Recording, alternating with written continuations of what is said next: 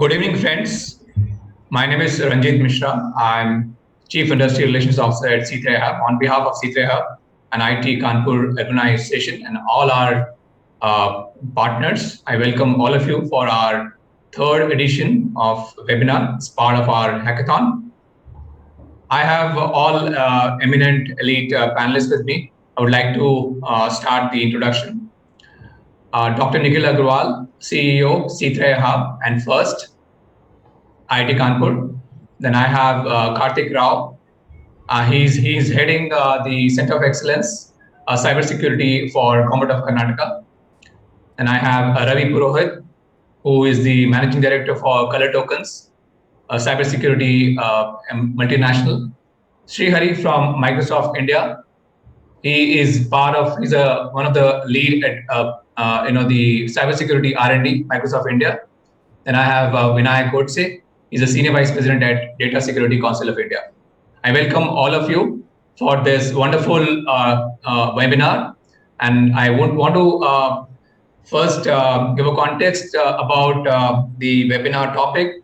I think so. We are all here to welcome all the aspiring young entrepreneurs for cybersecurity, and we want to really discuss the various opportunities in cybersecurity. And today, we are very glad that we have all eminent speakers who will be sharing their perspective and addressing all kind of queries and sharing their experience in cybersecurity. So, without wasting much time, I would like to bring Nikhil Agarwal to take this as moderator and take this session forward. And I will also request everyone to put their queries in Q&A chat box, so that we can address your queries spontaneously, or we can even take it in the last 10 minutes of webinar. Dr. Nikhil Agarwal, over to you.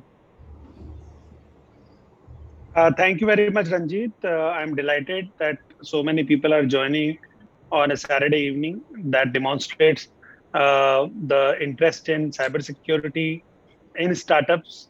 In the last 6 months' time, 38 startups have been achieved unicorn status, other than the Flipkarts or the Mahindras of the world, which has achieved much earlier, which is a phenomenal feat as far as the India is concerned. Nobody has thought when the 2 years back when the COVID was started that we will produce, that these 2 years will certainly become the innovation year for startup ecosystem in the country. The rise of the startup is primarily attributed towards what we call it self-reliance, that we can do something together, something positive, we can do it in India. We don't have to be dependent on outside what is happening. Similar effort we are trying to do in cybersecurity. It has been said that in the last 2 years, the people who have made money out of it are the people who were either in the COVID relief, which is healthcare, or the cyber criminals. The more and more number of reports are being given that there is attacks somewhere, or there is a data hack is happening, or there kind of ransomware, which is whether it's United States or Israel or India, something terrible is happening across the world because of the dependence of the people on the digital infrastructure. So how do we safeguard our digital infrastructure? Are we ready? I think we are not ready. Particularly in India, we have a high dependence on the safeguarding solutions which we import from outside. I was recently speaking to a very large infrastructure company, the government department who handles the infrastructure, the government department, the Ministry of Shipping, which handles the ports. And I got to know from various conversations that the dependency on importing the security solution from outside is as high as 99% in one of the government departments. I don't want to name them in the public forum, but certainly we'll know that this is quite an open data. It is not a private data, that our dependence on importing solution from outside is very high. So what should be done? What we should, we will keep on saying that, okay, the innovation will not happen in India, innovation will happen outside, or something can be done here. So this is something which we are trying to do at C3I Hub. We are building up infrastructure to promote the startups. We are trying to provide some funding to the startups, and we are bringing experts like Ravi Purohit, Kartik Rao, Vinayak Godse, and Shri Hari, and along with my colleagues Rajiv Sarup and Damnish Harimaranjit, who are here to give you a glimpse of what opportunities exist in startup in cybersecurity. When I say it's a glimpse, because a 1 hour seminar, certainly we cannot talk about everything. There will be more to, but something which we are doing at C3I, we are building the India's finest cybersecurity uh, center in the country, which is second to none. And we are able to provide an unparalleled support to the startups. And now you will hear from the panelists that what opportunities that exist and how you can build up your startup and what is the reason for you to build up a startup, in particular in cybersecurity. With this, I would like to invite my panelists to give an opening remark for 1 or 2 minutes, tell a little bit about themselves, uh, what they exactly do, how, why, and how they are involved in cybersecurity, what their organizations are doing, and maybe then we take it to the next round. So I will start with Ravi Purohit, who is the CEO for Color Tokens. Ravi. Thank you. Just confirm if you are able to hear me well. Yeah. So thank you for the introduction to the topic. About myself, my name is Ravi Purohit. I handle Color Tokens in India as a managing director. And Color Tokens is a cybersecurity startup company in a way where we started about 5 years back. And our primary purpose is to provide a zero trust platform to our customers, which starts with the workloads and the containers where the core processing happens of any digital process that a customer of our handles, all the way to access. So our job is to make sure that each user is uniquely connected to each application or service that they are really intended to do. And the underlying principle that we use is zero trust. We do our entire product management, development, engineering in India, and we address all the global customers. Though our headquarter is in US, we have significant presence in India as well, where we are servicing many leading organizations in the country. That's about myself. Before Color Tokens, I was in other leading organizations like Wipro and TCS, and I'm an alumni of IIT Kharagpur, and I am Bangalore. So glad to meet you here. Excellent, Ravi.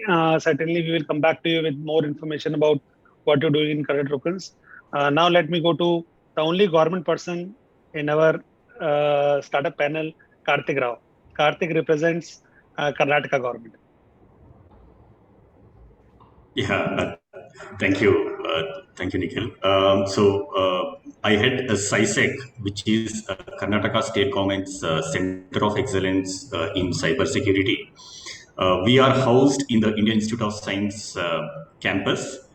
At CISEC, our work spans across pretty much all segments of the society. So, for a general public, we do cybersecurity awareness campaigns. Um, for the tech community, we do skill building programs to promote skill building in cybersecurity. We also run an accelerator program for cybersecurity startups. And as a government agency, we provide any assistance that any of the state government departments would need on cybersecurity. So that's what we do at CISEC. Like I said, we run an accelerator program for cybersecurity startups. So last year we had what we called the zeroth cohort. We had 21 startups as part of the zeroth cohort. This year, the 2021 cohort is about to start. We are having 14 startups in the current cohort. And yeah, it's been good. We've got good insights into what are the challenges that startups face, in making inroads, in this domain, and we can talk about it later. So I think that's the reason the Karnataka and Bangalore is number one for startups. I think no other state has a center for cybersecurity which is promoted by the government. So many congratulations. So now let me go to Shri Hari, who represents Microsoft. No reason to give introduction of Microsoft. But Srihari, what do you do in Microsoft? Thanks, Ramesh. Nikhil, yeah, my name is Srihari, and I work with Microsoft, heading the data science division for security and compliance. So let me quickly explain a brief view on where Microsoft security compliance comes into play.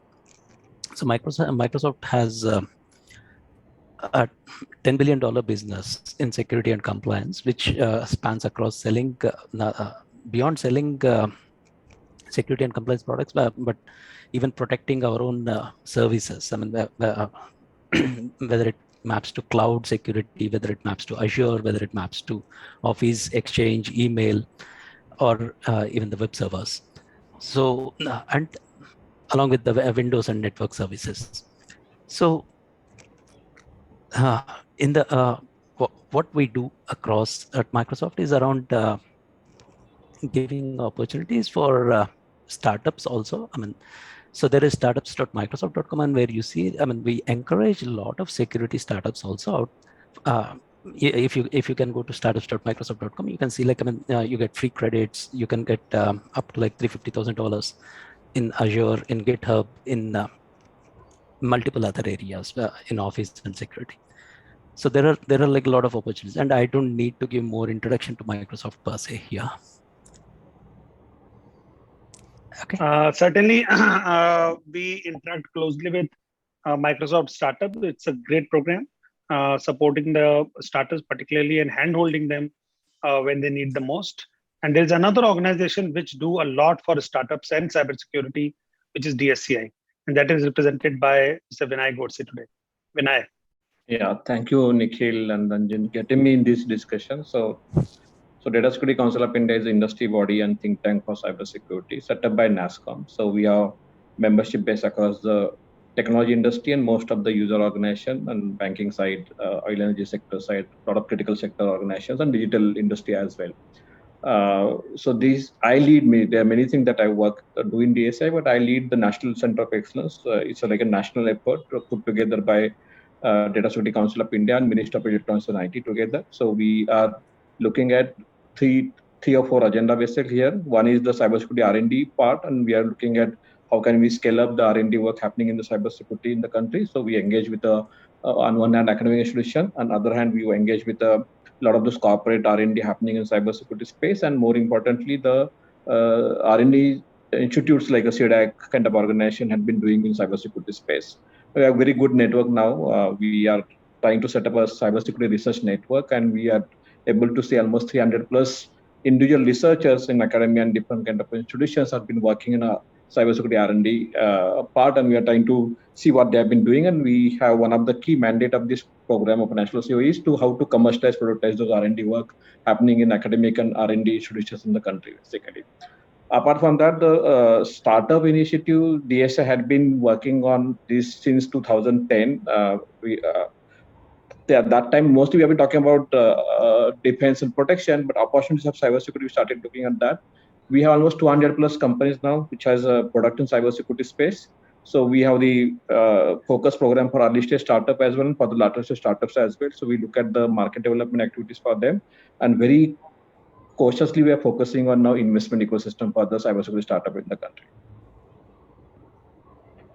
I think that's very good. I'll come back to you regarding the investment ecosystem, Vinayak, and what are the opportunities that exist.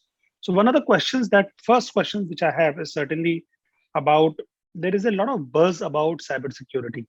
In the beginning of my discussion, I also said, and you also, most of you have confirmed about the challenges being faced about the cybersecurity, and particularly the people who are fast adopting the digitization may not be aware about the cyber challenges. Now, what kind of opportunity? Because when we say, okay, are we safeguarding? The only role of the cybersecurity is to safeguard the data. Is that the role? Is the only role of the cybersecurity to educate? Is the only role of the cybersecurity is to serve the enterprise customer? Or the role of the cybersecurity startup is to serve the end customer? What is hardware? What is software? There are so many things that comes into the mind when it comes to cybersecurity startups. There are many technical minds out there, and they have a fair understanding of cybersecurity and the technical side of it.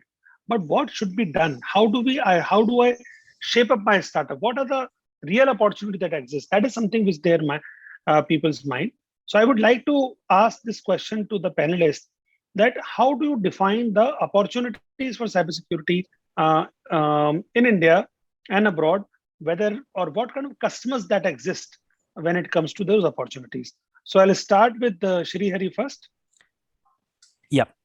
So in the cybersecurity space, I mean, the way that we look at opportunities, if we start looking at like why the growth is, I mean, why the cybersecurity, the buzz is happening around here, right? Like when you talked about digitization, I mean, in the digitization, I mean, more and more people, I mean, are coming onto the digital networks. I mean, whether you want to call it as devices, whether you want to call it as network, whether you want to call it as using multiple apps.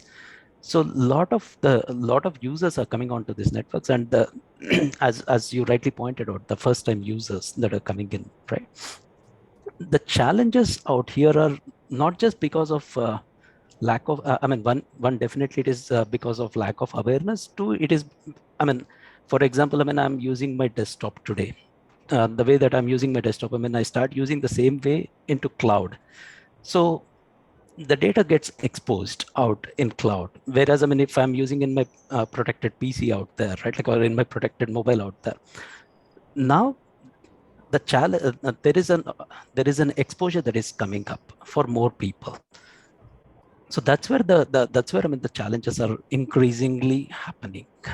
And coming to the opportunities in this security space out, I mean, it is not just about saving the data, I mean, protecting data from the, it is about protecting data, protecting identities, protecting networks. And for example, I mean, like a hacker can come around and take the entire network down, the entire supply chain down.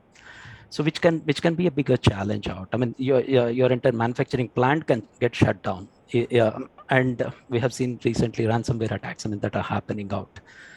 So it is all about having those defense mechanisms. I mean, one is the prevention, another one is the protection and remediation also. So in all areas of this space, I mean, if you consider like militaries, like our physical defense mechanism, we have I mean, we have parallels running in the cyberspace. So and one more thing out, which is more important here is, I mean, here all institutions, all organizations are collaborating as a community to fight the cyber terrorism, what we want to call it, right? So there are like lots and lots of opportunities, and there are many unknown dark areas, gray areas out there. So which are available for startups to tap into. I would just leave this. So thank you, Hari. I think you are right that there are many dark areas that are there for the startups to tap into. But the question that will be there is, when particularly to Ravi, is when he is a startup founder himself, running a startup company, how do I identify those opportunities? Because see, the real challenge, I'll tell you, because I work with startups all the time.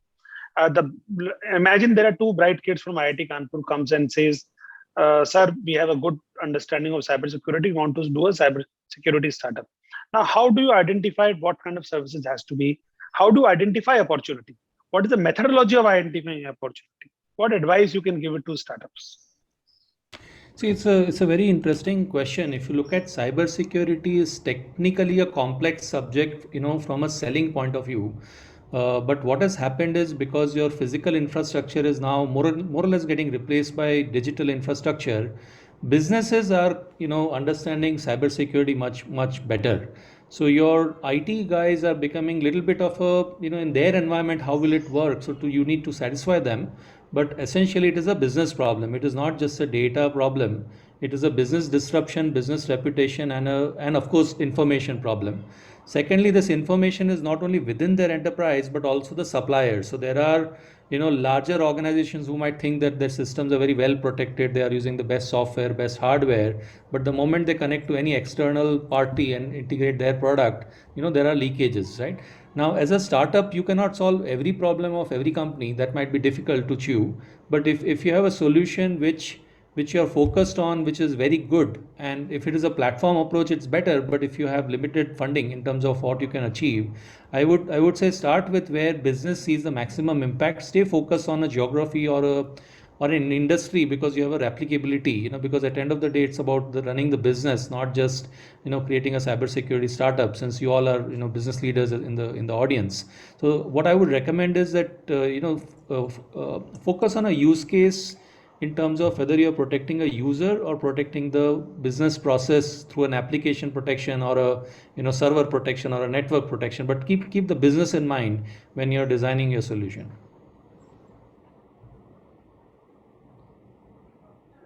I think that's an excellent advice. So when you may be technically sound, but you have to define your constituency. It could be a geography, it could be a user base, or it could be your customer, it could be enterprise level. So define your constituency. The reason I'm saying using this word that we are sitting in UP and elections are coming, so everybody is talking about constituency. So the way the MLA has his constituency where they fight the election, or CM has a constituency where they fight the election, you have to fight your election. You have to identify that constituency and define it, and then tackle that. Then try to understand the problem that they have and try to develop a solution. I think it's a great way of doing this.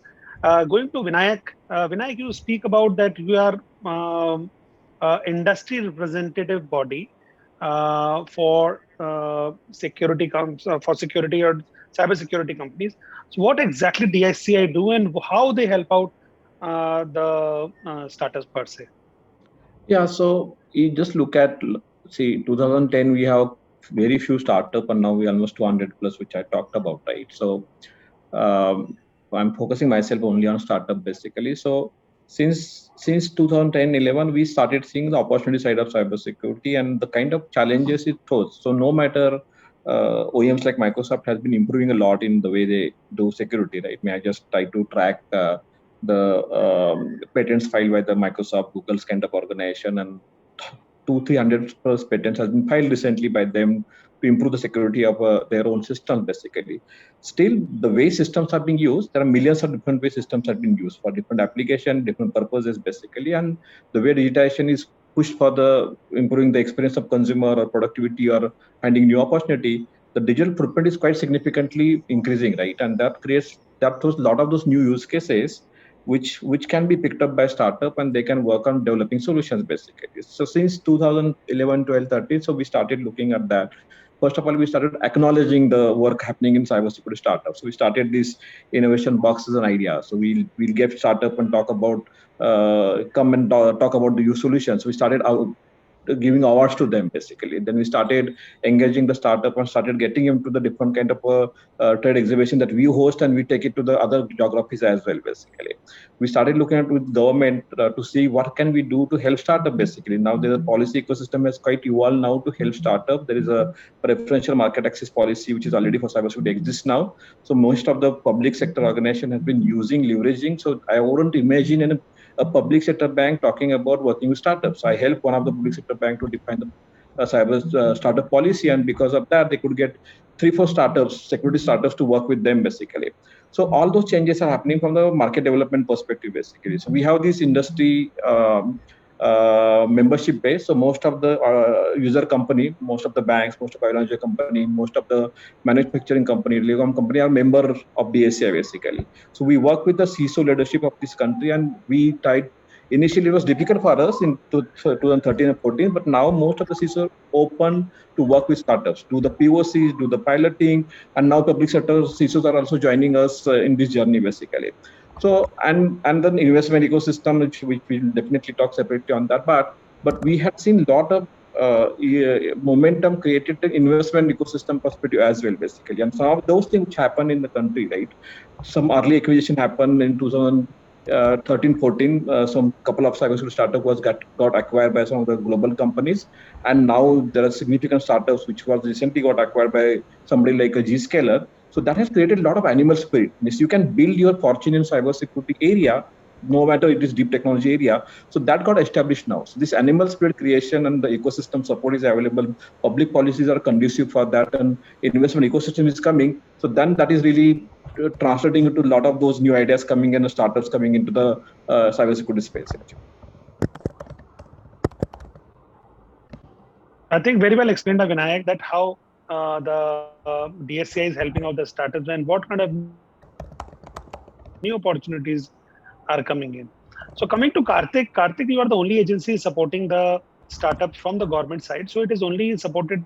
You need to be a Karnataka-based startup or any startup support. That is my first question. And how you support? And you said that you are based out of ISC. So does that startup has an access to ISC infrastructure, mentorship, or technology? Yeah, so let me start with a minor correction. So Karnataka is not the only state that has a center of excellence in cybersecurity.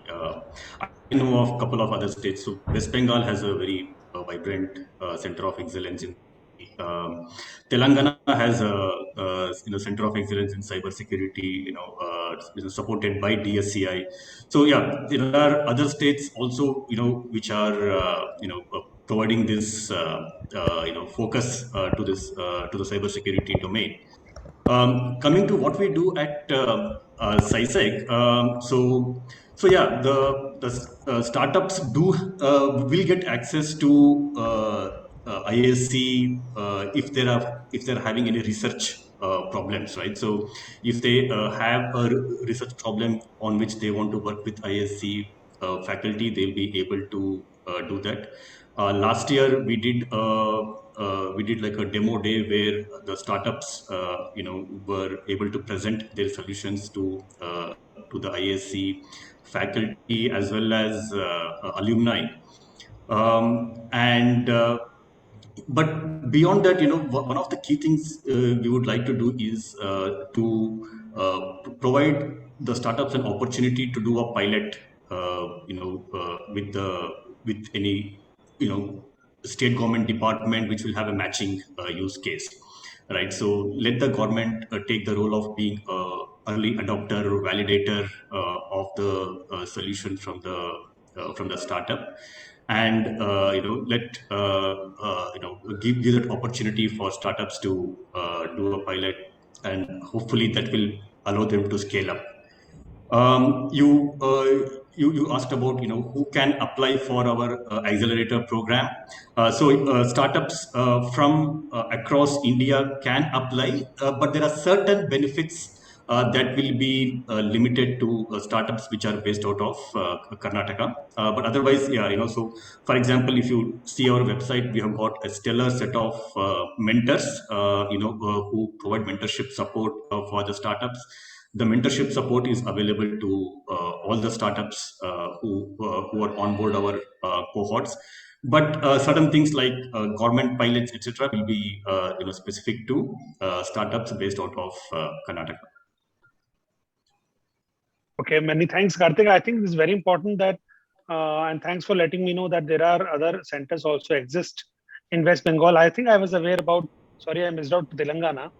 Rama is looking after Telangana. There is Shri Rama, yeah, something of that name is there. She was looking after Telangana. But Yeah, West Bengal Dr. has Shri it, that's a very good. So West Bengal has it, that's a very good news. And I think other states should also follow and setting up the Center for Cybersecurity.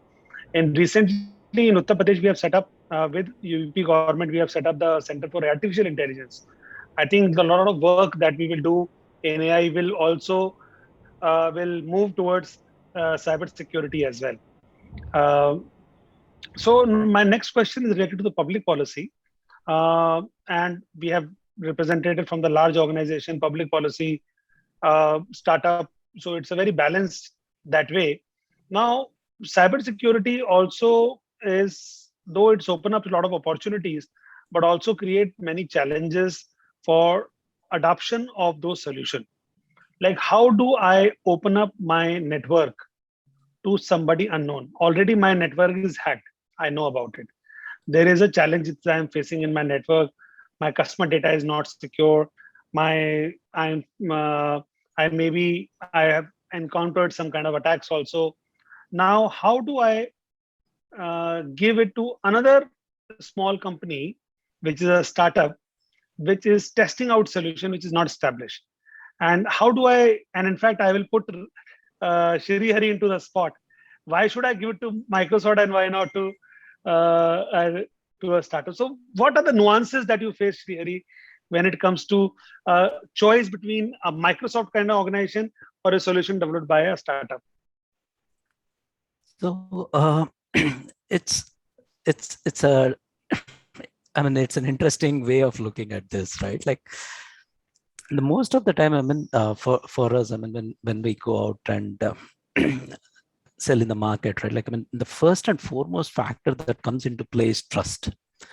I mean, how are you operating? I mean, what sort of policies? I mean, internally, I mean, you're handling. I mean, like, and what sort of different areas, I mean, you are trustworthy around. I mean, and trust plays a very, very, very, very huge role in the security and compliance space.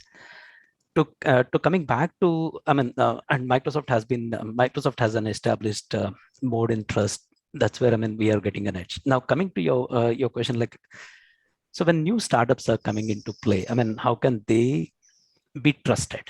That is a big question, right? Like, I mean, so it's trust builds up as you start delivering, and as you start, I mean, when you said opening up, right? Like, I mean, why will someone open up your network, kind of a thing? I'm not completely sure, but like as you start delivering and as you maintain those that posture, I mean, trust starts developing, and like I mean, there would be more traction on the startups also. I mean, following the fair policies effectively. So I think very well put, Shri Hari. I think guys, don't forget that Microsoft also started just 40 years back. So every company start as a startup. No Yes. company that does not have a legacy of having some kind of background. Bill Gates and Paul Allen, we have read about them hundreds times. They were also a startup, started from garage, and today they started building up DOS system and then the personal computer software, and today they are working on cloud and cybersecurity. Certainly, number of products which Microsoft offer today, they offer for the first time. The only thing which they came when they go to the customer, they say, hey, that we have done it hundreds of times and we know how to do it right, but this product may be new. So when the customer put the trust first time into first product, it is like putting up a trust for the first time for a startup. So if you have a conviction and if you have a good solution to give, and you believe that you can do you can solve the problem of a customer. If I am the customer who is in trouble, I will certainly give a try. So certainly it's a difficult proposition, but those who I would say overcome the difficulty, they become a unicorn. And I think that's something which Ravi and his company has done. So Ravi, what challenges you faced when you started offering your services to the new customers? I think, like before I go to challenges, let's look at an overall challenge, right? I mean, it's a very unique challenge that we have, where the size of cybersecurity industry is about 200 billion, but the size of cyber damages is about 6 trillion, which is about 7% of global GDP, right? So for every dollar that any customer is paying to us as an industry, they're also spending $30 for other purposes, right? Satisfying the hackers and damages and so on.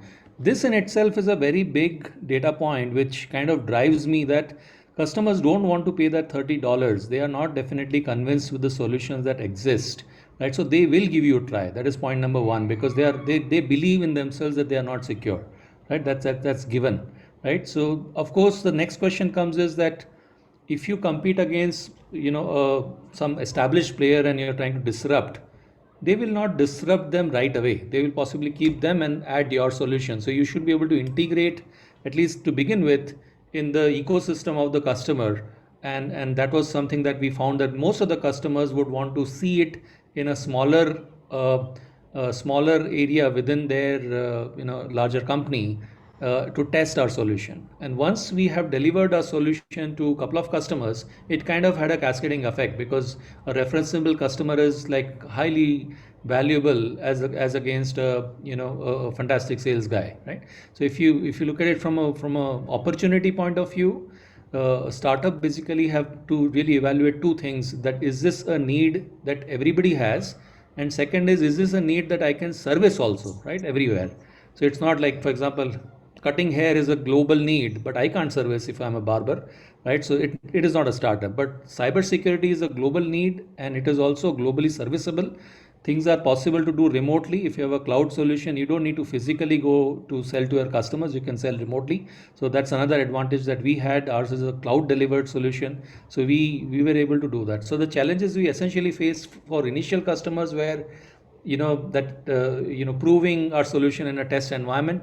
And for the subsequent customers, the current challenges would be scaling up to their entire larger enterprise, right? That's the next degree of challenge that we face. So I think I agree what the Ravi has said is about that. If you go to a customer with a strong data points and statistics to prove that this is something which, and there are examples exist, like as I have said, Microsoft was startup 40 years back, Color Tokens was startup, so not very far. So there is, and then the government is also coming forward in supporting the startups. There are policy decisions which the government has taken, which I would request Karthik to highlight some of the policy decisions that how government is engaging startups. Right. So, several state governments have like the incubation program for startups. So in Karnataka, we have this program called Elevate, through which the government provides fundings to startups in the POC to early stages.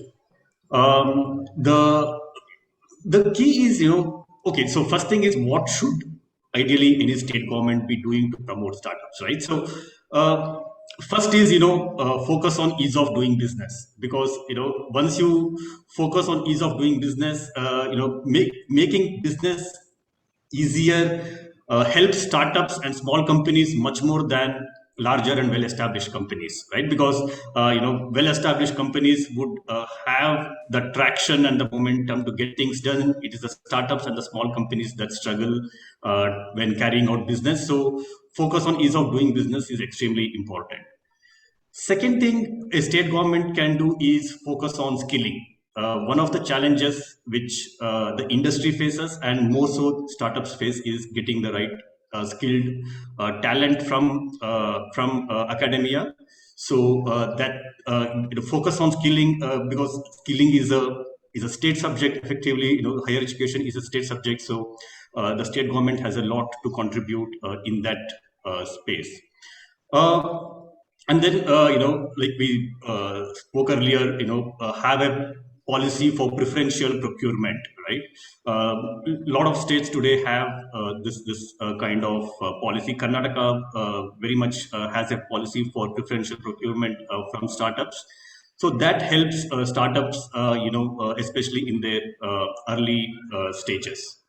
And like I said, another aspect which the state government can really help startups is by providing an opportunity for doing a pilot, right?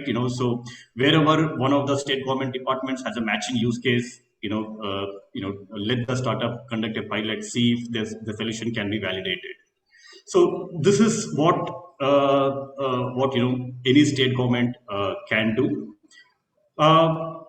I'll also mention about one other challenges which startups face, which is that especially in cybersecurity, the competency within an organization, when it comes to cybersecurity, will typically be quite low, right? So when an organization has to procure a cybersecurity solution, they struggle to procure because their in-house competency to find out which is a good cybersecurity solution, which is not a good cybersecurity solution, that itself is becomes a challenge. So a lot of times, especially large organizations, what they do is they end up insisting on, say, the OEM or the solutions should feature in a Gartner quadrant or a Forrester wave when they do the procurement, right? Or any of these analyst reports. This creates an inherent disadvantage for startups. And I think, this is something which, as a community, we should focus on. How do we enable the startups overcome this challenge? Through SciSec, we have initiated a program called Cyber Matrika.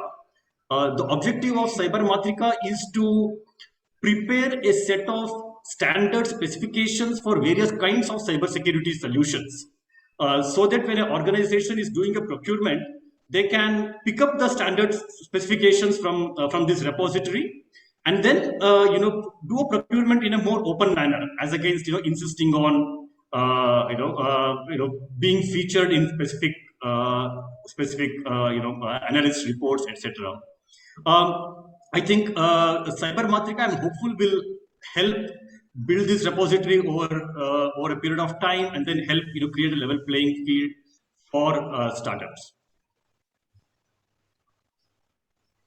Thanks, Karthik. I think you are right that many state government organizations are now insisting that the startup should be given an opportunity for government procurement, including the Maharashtra state. I remember that they have a policy. If you are selected for a startup solution, then they will give you 25 lakhs worth of orders. Similar work has been done by even the central government. So once, that's a great opportunity for startups. If they are able to prove their solutions is accepted by any of the government department, then certainly it can be procured by other departments also. So I think there is a good time to start contacting the government for doing this. And the real challenge is about that the education side of it and the public policy side of it. An organization like DSC, which support the public policy. So Vinayak, my question is that what public policy changes you want to see in startups in India or with the state government when it comes to the cybersecurity person? Yeah, so if you look at the policies, right, for startup, especially in cybersecurity, there are three types of the intervention that government does, right? So, or regulators also, means we should be also not only looking at government, but regulatory interventions as well, the way RBI has done until now. One is the developmental side. So the development I'm talking about is R&D investment that government does, or the kind of investment you got or we also got from the Ministry of Electronics and IT, basically. And then development for the education capability. So there is a developmental level interventions which comes from the government. Second is a key which is now getting a lot of push is a procurement intervention, right? So procurement intervention, which Karthik talked about, this condition of Forrester or Gartner. So now with one policy instrument which MIT has notified, no government public policy department has to put those conditions which could create a disadvantage for startups, basically. And then I have not seen after that notification from the MIT, I have not seen any of the public tender which talks about the Gartner or Forrester kind of a requirement, basically. So that had happened last year, basically. Then this professional market access policy, which DIBP came and now MIT is working, already notified something as a draft policy for the cybersecurity, and now that is getting referred by most of the public sector organization to work with startups, basically, right? So that's the second thing. In procurement, we also have GEM platform. Some of you must be knowing about GEM's platform. So most of the startups are registering their solutions there, and that is creating a lot of opportunity for them to really work with a very different type of the organization. So that, and then many more things will come from the procurement perspective as well, actually. The third type of policy, which are evolving, is largely on a creating larger market for security, and that will come when you create obligations and liabilities and mandates for cybersecurity, right? Because at the end of the day, anything goes wrong with one organization, create a larger national issue, and that's why government keep regulating the cyberspace, regulating the data space as well. So data protection bill is coming, the IT Act is also getting now amended, basically. So that creates a lot of obligations and liability at a larger national level. But what RBI tried to do with e-banking committee report, and I was part of that interaction, that deliberations, basically. Then the IRD is also now coming up with a regulatory requirement for the insurance company. SEBI has come up with something. So those kind of obligations liability makes most of the organization to invest into cybersecurity basically. So that's these are three key policy directions basically that helps the deep technology area like cybersecurity. And then apart from this basically, so now what government is really trying to do in the upcoming cybersecurity strategy, which we all are aware that we are just waiting for the strategy. So quite significant investment government is trying to now put for the overall cybersecurity basically, and that will have a lot of things on research, a lot of things on a startup ecosystem, a lot of things on academic engagement basically. So and that will probably bring all of those things that we see. Basically, the investment is a challenging area for us at this point of time. No matter that it has improved quite significantly last 5-6 year time, but conducive policies to have more investment in cybersecurity area could be one of the things that I would like to see in coming 2-3 years of time. So thanks, Vinayak. I think you're right that the more investment in cybersecurity is something we want to see, and certainly the public policy is a ongoing process as what is needed by the startup. The government is really working hard. The last few years has been good to startup in terms of public policy funding and all. So in the beginning of the discussion, I spoke about the funding. So let me give you a glimpse of the funding that the C3I gives for specifically for the startups. So we provide 3 levels of funding. The first is when you apply to the startup. Either you can apply through a startup track, which is part of the hackathon. Then you have an opportunity of directly working with C3I. And you can apply directly to C3I Hub. If you are selected for incubation, then you can get 50,000 rupees a month as a fellowship support for 2 years, which comes out to be almost 12 lakh rupees. Then we give a POC grant, the prototype grant of 10 lakh rupees for a startup. And if you are able to develop the prototype properly and able to demonstrate that your progress is there and there is an opportunity exists in your startup, then we invest further 1 crore as a seed grant. Now imagine that much money, 1 crore 22 lakhs will be invested by IIT Kanpur through DST. And of course, given the alumni network and the outreach that we have, there is significant amount of money that can be raised. But there is a big but here. Your solution need to be really, really good. So we invite startups to come and work with us. Even if you have an idea, please apply. Ideas can be developed. If you have a small POC or some kind of working model, which is even good, you can apply. We can make it better. We can invite professors and mentors from the IIT Kanpur to give you a support that what you need to develop your startup. And we have people like whether it's Ravi or Shri Hari or Vinayak or Karthik or our own internal people who are there, who are experienced enough to shape up your startup.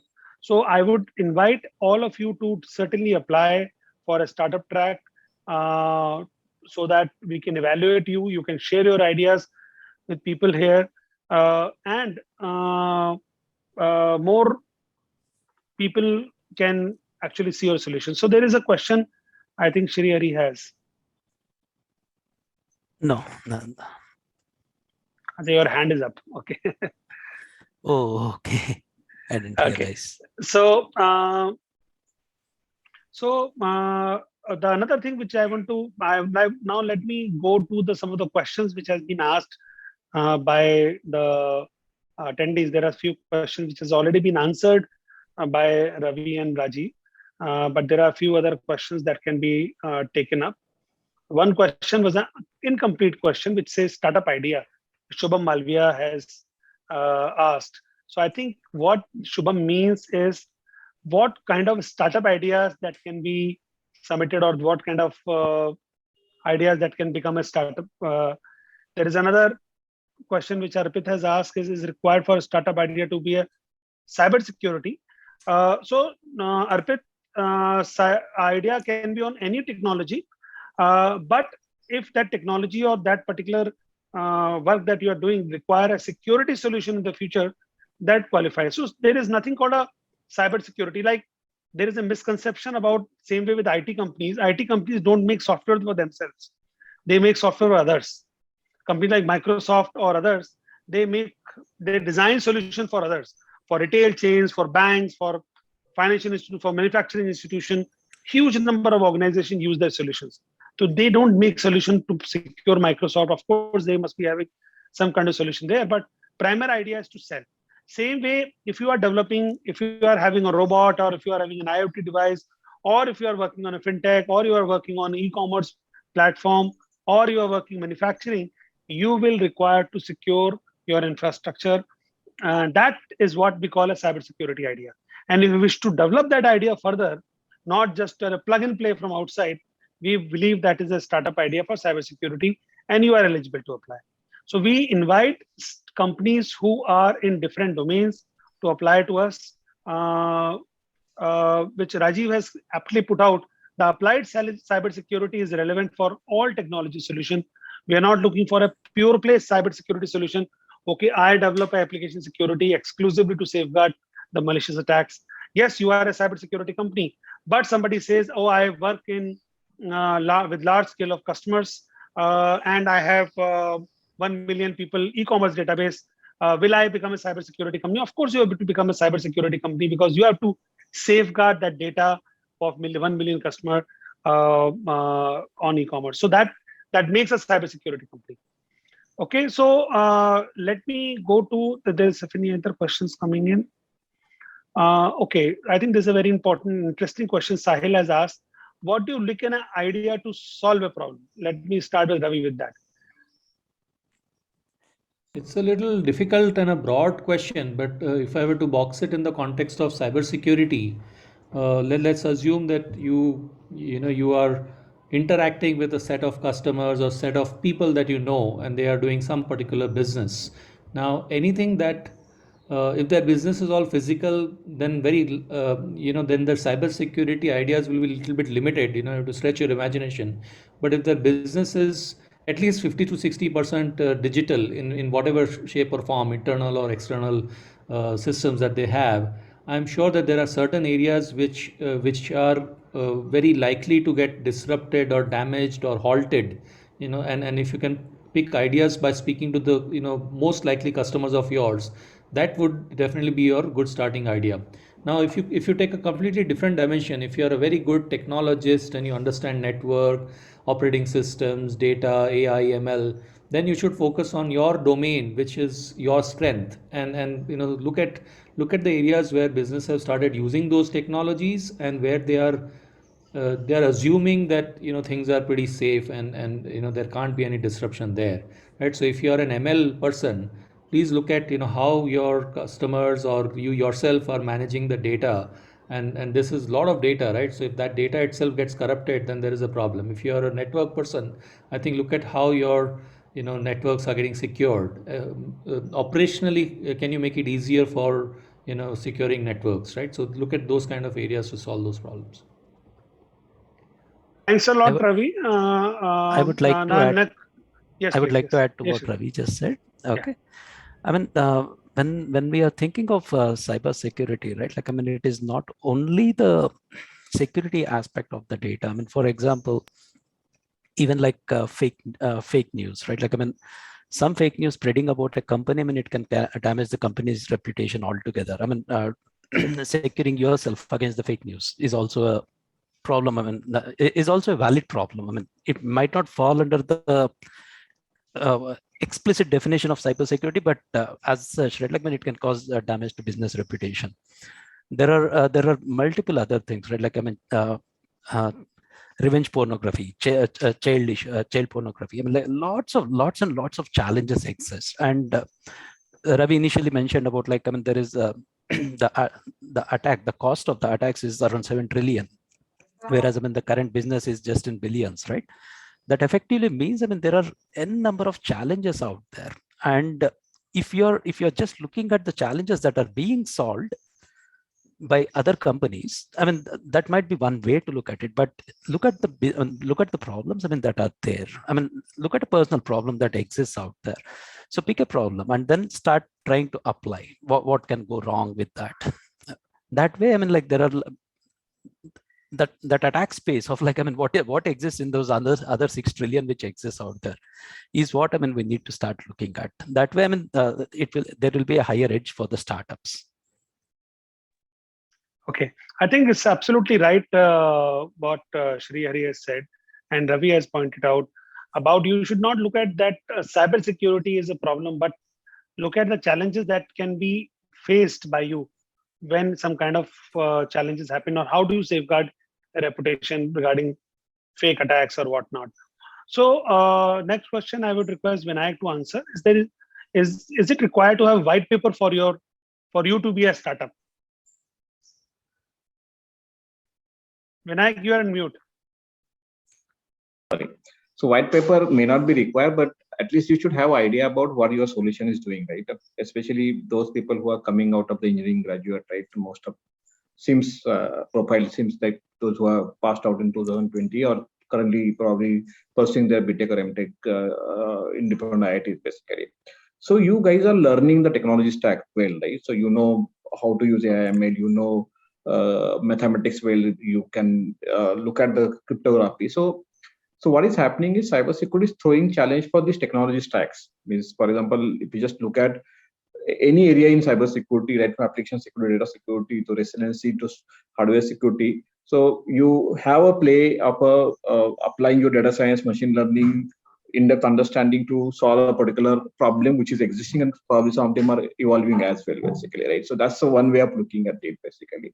And other way of looking at it is basically is there some business problem you are taking and how you are looking to solve that business problem using technology, basically. So two ways I'm talking about. One is a technology stack and look at the business. Another is the business and try to see which technology stack can help you doing that. But while you are doing that, how you are doing it, how you are able to do that against what is happening in the globe in terms of solving that particular problem.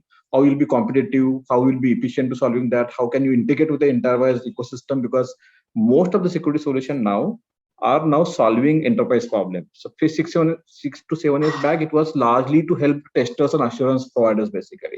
So security technologies focus 6-7 years back was to help assessors, to help auditor, basically. So now it is enterprise security management, managing the security problem, basically. That's why you need to have very enterprise level understanding in terms of solving that problem. So that you can go bottom up from technology to security solution, or from business to a particular security solution, particular technology problem, basically. And you need to have at least some idea putting together, may not be a white paper, but at least some slide, some idea, which should tell you this is a problem, I'm solving this problem with this way, actually. Absolutely. I think the startup need to have some kind of market research done before they jump into because otherwise you will waste a lot of your time, effort, money, and there will be a frustration if your idea does not work. So anything whatever you do, if it is properly researched, it is better. So last question, I will take it, and then we can request the panelists to give a closing remarks, which is from Shubham Malviya. Everybody is talking about defense in depth, but not depth in every level of defense. So that I will request Karthik to answer. Yeah. So Shubham is right. So we talk of defense in depth, but that term, what it misses is in every layer of defense in depth, there's actually a significant a width of or breadth of solutions that go into each layer. Right. So if, for example, if you take say this laptop, right, just running an antivirus is not good enough to ensure protection of my laptop, right? So in an enterprise context, we need to apply sufficient amount of hardening on the laptops. We need to ensure the laptops are encrypted. We need to ensure that there are strong data leakage prevention solutions running on the endpoints. So when we talk of defense in depth, we need to be cognizant that each layer in defense in depth consists of multiple other it's almost like a 2x2 matrix, right? It's a 2-dimensional matrix and not a single dimensional defense layer of defense. I think you are right, Karthik. Is a very well answered about the depth in defense and defense in depth. It's a tongue-in-cheek It's quite kind of a question. So many thanks for the panelists for coming today. Before we close the panel, uh, let me request the panelists to give one message to the startup and why it is such a lovely time to be a startup. We start with Yeah, so I think this decade, right? This people talk about technology decade, and there are three foundational technology which will be driving the technology development and probably transformation that we'll see. That's security, cloud, and AI. So security is one of the fundamental discipline which will be driving the technology industry coming forward, and that's why you have a lot of opportunities which are coming in cybersecurity space. Investment ecosystem is coming because overall research ecosystem and investment ecosystem, and what we all are doing here, right? Karthik, Nikhil, you, Ranjit, plus what is happening in West Bengal, plus at a national level, what we have been trying to do. So we are here to be part of the ecosystem basically. The ecosystem is there, investment ecosystem is coming, cybersecurity as a demand is significantly rising basically. So there is no better time to have your own venture in cybersecurity than this particular 10 years of time from now. any advice to startups, Ravi? I would agree to Vinayak. I think startup is becoming one of the very fundamental, core capability of India. If you look at how we have come forward, and I think it can take India to a very big global stage.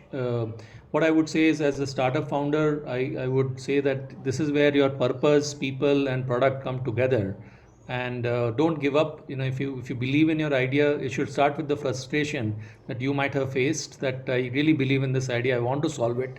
And if you're so determined, I'm sure you'll be successful. Government is taking a lot of good steps. So are corporates. I think corporates are also spending money on such initiatives. So be at it. It's not going to be an easy journey. You have to work much harder than a regular job.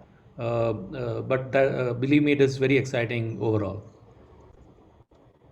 It is certainly an exciting journey. I can vouch for it. Karthik, you have any comment for the startups? I'll say two things. One, see, in cyberspace, we live in this state of what is in our scriptures called Matsya Nyaya, right? Where there is very little in terms of rule of law, right? A rule of law is a challenge when it comes to cyberspace, the cyber crimes, etc., right? But in that crisis is the opportunity for startups, right? So, because whether I'm as an individual or as an enterprise, I am expected to protect myself in the cyberspace, right? And that's the opportunity that cybersecurity companies have.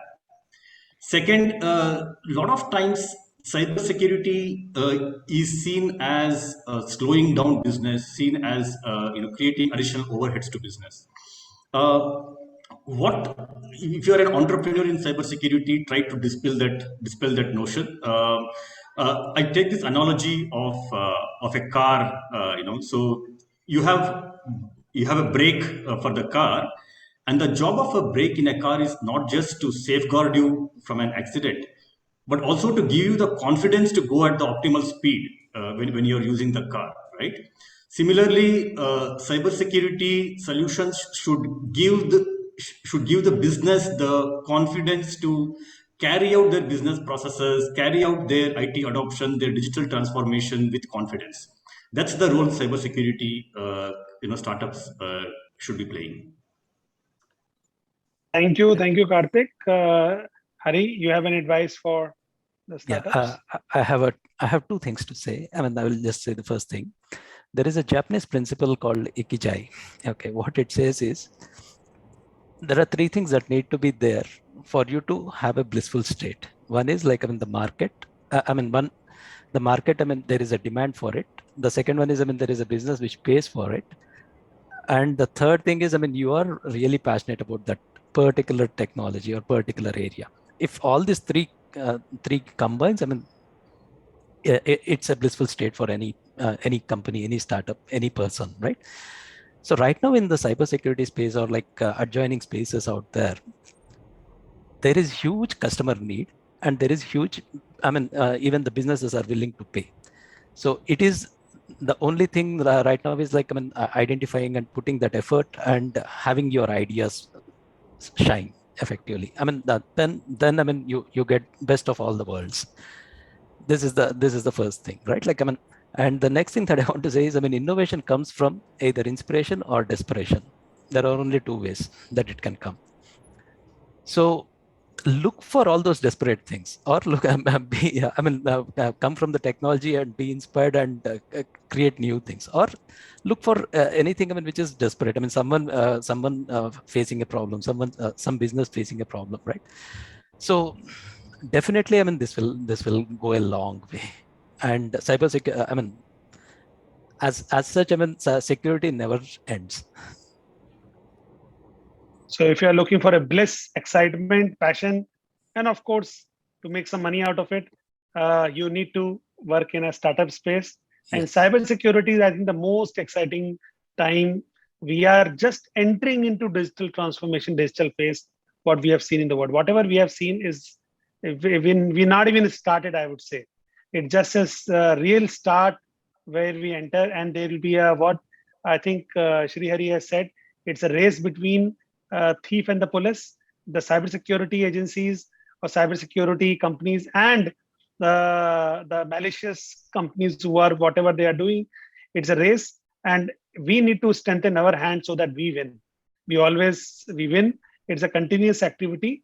And my request to all my startup who are listening us today is to apply, to work with us, because we together are not two. 1 + 1 is not 2. We are in fact 111 or maybe 1111. We can really make something of a difference. And my many thanks to all the panelists for coming for this Saturday afternoon. And tomorrow definitely we'll win the India-Pakistan match. Don't worry about it. I will not say that we have implemented some kind of security code, but we know that we will win. Yeah, Nikhil, thank you so much for moderating this webinar.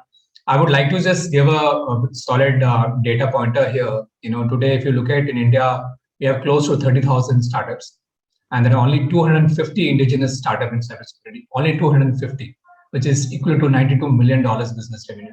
So, and we are talking about $200 billion business today.